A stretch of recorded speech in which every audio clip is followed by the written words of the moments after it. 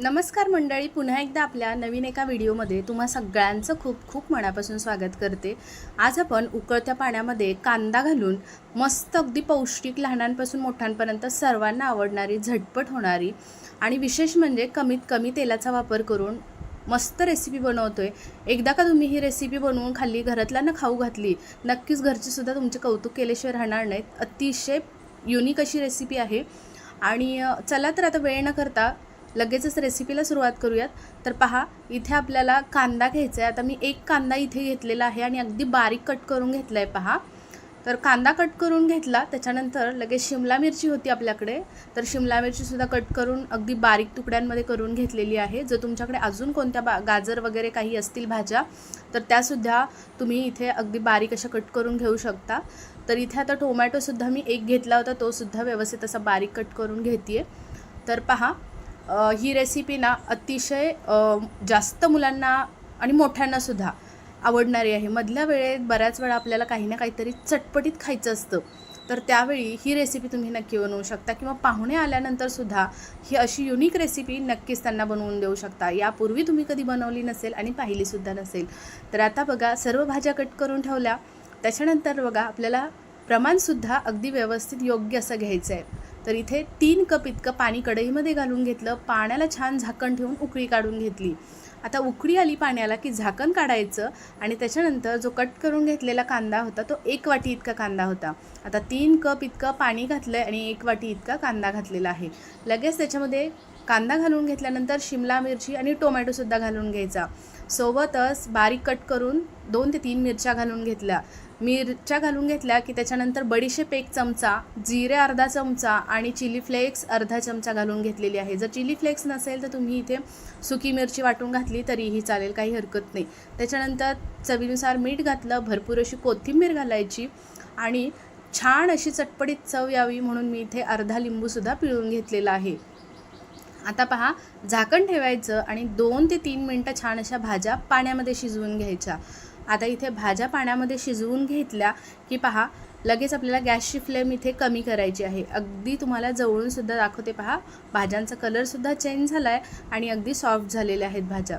तर आता याच्यामध्ये आपण घालणार आहोत ते म्हणजे 1 कप इतकं ज्वारीचं पीठ, हे सुद्धा मी चाळून छान असं घेतलेलं आहे।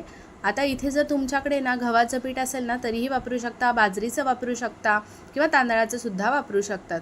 तर 1 कप इतकं ज्वारीचं पीठ याच्यामध्ये हळूहळू आपल्याला थोडं थोडं करून असं घालून घ्यायचं आहे। याच्यामध्ये अजिबात गाठी गुठळ्या राहिल्या नाही पाहिजे, सर्व गाठी गुठळ्या मोडून घ्यायच्या आहेत। गाठी गुठळ्या मोडून घेतल्या की गॅसची फ्लेम बघा, इथे मी खाली लोच ठेवलेली आहे, लो फ्लेमवरतीच आपल्याला मिक्स करायचं आहे। त्याच्यानंतर मी याच्यामध्ये अर्धा कप इतका रवा घालून घेतला। आता इथे तुम्ही बारीक मोठा कोणताही रवा वापरू शकता। तर इथे थोडंसं मला मिश्रण अजूनही लूज वाटतं आहे म्हणून मी त्याच्यामध्ये पाव कप इतकं परत ज्वारीचं पीठ घातलेलं आहे। तर एकूण 1.25 कप इतकं मी पीठ घालून घेतलेलं आहे आणि याच्यामध्ये आपण अर्धा कप रवा घातला। आता छान असं दोन्ही मस्त फुलावेत यासाठी झाकण ठेवून 1-2 मिनटं छान असं वाफ काढून घेतली। आता इथे पाहू शकता, मस्त अगदी दाटसर आपलं मिश्रण तयार झालेलं आहे। आता हे सर्व मिश्रण आपल्याला एका ताटामध्ये काढून घ्यायचं आहे आणि व्यवस्थित असं चमच्याच्या मदतीने पसरून द्यायचं। मिश्रण पहा गरमच आहे, चमच्याच्या मदतीने पसरून घ्यायचं आणि पूर्णपणे फॅनखाली थंड करून घ्यायचं। आपला व्हिडिओ इथपर्यंत पाहिलाच आहे। व्हिडिओ थोडा जरी आवडला असेल तर व्हिडिओला प्लीज एक लाईक मात्र नक्की करा। तर इथे पहा, पूर्णपणे मिश्रण फॅनखाली थंड करून घेतलं आणि हाताला थोडंसं मी इथे तेल लावून घेतलेलं आहे। आता याचे ना आपल्याला अशा पद्धतीनं गोळे करून घ्यायचेत लिंबाच्या आकाराचे आणि मस्त असे दाबून घ्यायचे। ज्या पद्धतीनं आपण आलू टिक्की वगैरे बनवतो, अगदी त्या पद्धतीनं आपल्याला इथे ही टिक्की बनवून घ्यायची आहे। तर तुम्ही कधी असा विचार तर केला असेल का की आपण अशा पद्धतीनं उकळत्या पाण्यामध्ये कांदा वगैरे सर्व भाज्या घालून, पहा इथे आपल्याला फोडणीसाठी सुद्धा तेल लागलेलं नाही, पाण्यामध्येच आपण सर्व काही घातलेले आहेत जिन्नस आणि पिठंसुद्धा घातलेली आहेत आणि अशा पद्धतीनं आपण सर्व याच्या टिक्की बनवून घेतो आहे। तर आता पहा, एक एक करून सर्व इथे मी टिक्की बनवून घेते। बघा, कलरसुद्धा अगदी मस्त दिसतोय आणि खायलासुद्धा ना तितक्याच मस्त अगदी कुरकुरीत होतात। आता इथे ना पॅनमध्ये आपल्याला काय करायचं आहे, थोडंसं तेल घालून घ्यायचं आहे। अगदी आपल्याला इथे शॅलो फ्राय करायचं आहे, त्याच्यामुळे थोडंसं तेल घालून घेतलं, 2 चमचे तेल घातलं. त्याच्यानंतर पहा इथे आपल्याला एक एक करून सर्व टिक्की याच्यामध्ये ठेवून घ्यायचे आहेत. टिक्की ठेवून घेत असताना गॅसची फ्लेम आपल्याला मध्यम ठेवायची आहे आणि गरम तेलसुद्धा मध्यम असावं आपलं, जास्त कडकडीत गरम तेल नसावं.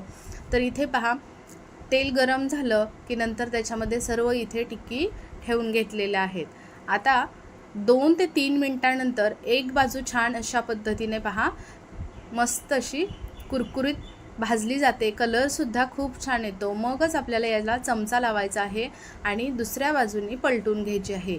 अजिबात गॅसची फ्लेम कमी जास्त करायची नाही. गॅसची फ्लेम जर कमी जास्त तुम्ही केली तर तेलकट होऊ शकतात त्याच्यामुळे. आणि शिवाय आतून पहा नुसतं पीठ लागेल खाताना आणि वरतून अजिबात म्हणजे टेस्टलासुद्धा चांगलं लागणार नाही. तर त्यासाठी पहा व्यवस्थित मध्यम आचेवरतीच आपल्याला हे फ्राय करून घ्यायचे आहे, शॅलो फ्राय. तर इथे आता पाहू शकतात आपण व्यवस्थित अशा शॅलो फ्राय करून घेतल्या की मग पहा दोन्ही बाजूनी कलर अगदी सुरेख आलेला आहे. अशा पद्धतीनं झाऱ्यावरती काढून घ्यायच्या किंवा मग चाळणीमध्ये काढून घेतल्या तरीही चालतील.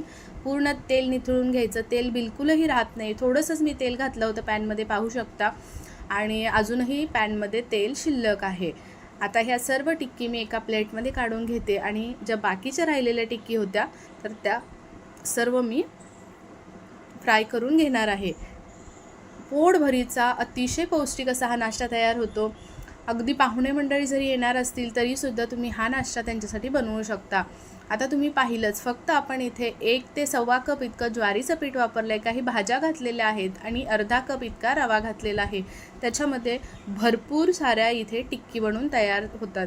अशा पद्धतीनं मी दुसरी बॅचसुद्धा पहा फ्राय करून घेतली आणि इथे सर्व अशा टिक्की तयार करून घेतल्या. आता ह्या गरमागरम टिक्की तयार झाल्या की मग काय लगेच खायला घ्यायच्या. सॉससोबत वगैरे तुम्ही एन्जॉय करू शकता. खूप मस्त लागतात चवीला, अप्रतिम अशी टेस्ट येते, पौष्टिक आहेत, मुलांच्या टिफिनसाठी देऊ शकता, मधल्या वेळेत खाण्यासाठी झटपट होणारा हा नाश्ता बनवू शकता. आवाजसुद्धा ऐकवते, पाहू शकतात. मस्त अगदी वरतून कुरकुरीत झालेली आहे, आतूनसुद्धा तोडून दाखवते. अगदी आतूनसुद्धा मऊसूत अशी मस्त तयार झालेली आहे. अजिबात पीठ वगैरे कुठे राहिलेलं नाही किंवा लागणारसुद्धा नाही खाताना तुम्हाला. अगदी व्यवस्थित पीठ शिजवून घेतलेलं आहे आपण आणि अगदी मध्यम आचेवरती शेवटपर्यंत कुरकुरीत होईपर्यंत तळून घेतलेले आहेत. तर तुम्हीसुद्धा बनवून पहा. आजची रेसिपी कशी वाटली ते मला जरूर कमेंटमध्ये कळवा. रेसिपी आपली थोडी जरी आवडली असेल तर आपल्या मित्रमैत्रिणी, परिवारांमध्ये, नातेवाईकांमध्ये जास्तीत जास्त शेअर करा. असेच भरपूर सारे छान छान व्हिडिओज मी आपल्या चॅनलवरती अपलोड केलेले आहेत, नक्की चेकआउट करा. मला खात्री आहे तुम्हाला नक्की सर्व रेसिपीज आवडतील, साध्या सोप्या आहेत. तर आवडली असेल रेसिपी तर नक्की सबस्क्राईब करून लाईक करा व्हिडिओला. चला उद्या पुन्हा भेटू, तोपर्यंत बाय बाय.